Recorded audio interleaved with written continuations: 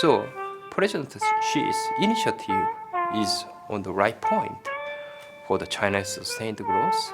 The growth path that China is embarking now will allow it to improve the quality of its growth to more sustainable levels.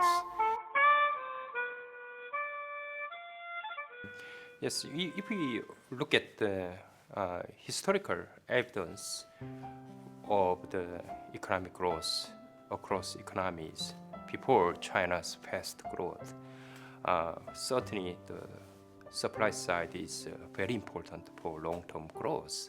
So President Xi's initiative is on the right point for the China's sustained growth. The Chinese consumers themselves, they prefer to buy clothes made in Europe, for instance, than clothes made in China. But China is the largest factory of clothes in the world.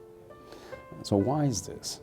And it may have to do with the fact that, again, quality-wise, there is a need for improvements. There's a need for more investment in that respect, rather than quantity, as it was in the past.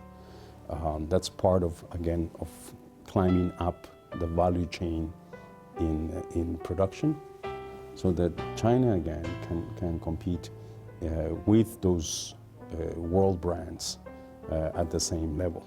Looking through the 13th five-year plan, I think that there's some elements there that are directed, again, in that same to that objective. And so I'm also optimistic in that sense.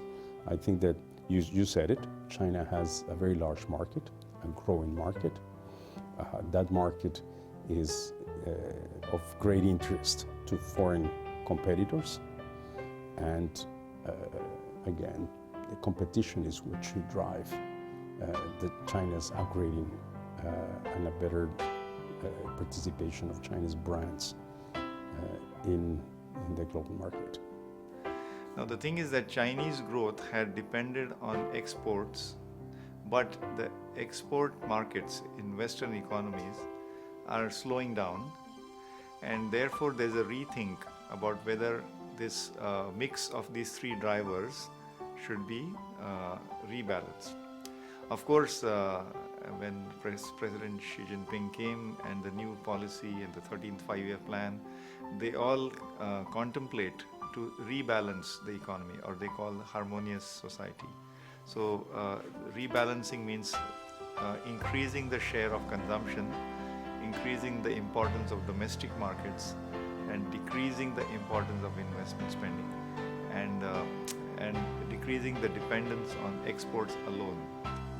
The role of innovation, of course, as a growth driver comes from the supply side. So consumption plus investment plus exports, this is the demand side of the picture, the aggregate demand. If you look at economic growth from a structural or supply side, it is a consequence of innovations, productivity, technological change, and all that. China grew rapidly during the last more than 2 decades now almost, and its growth rate has slowed down. But I think China is adjusting by its own policy decision. The growth path that China is embarking now will allow it to improve the quality of its growth to more sustainable levels. And I do believe that this, quote, new normal that one is talking about will also take China to continue its march towards further improvement in the living standards of the people, better quality of life, and more sustainable, I think, is a more important factor in my mind.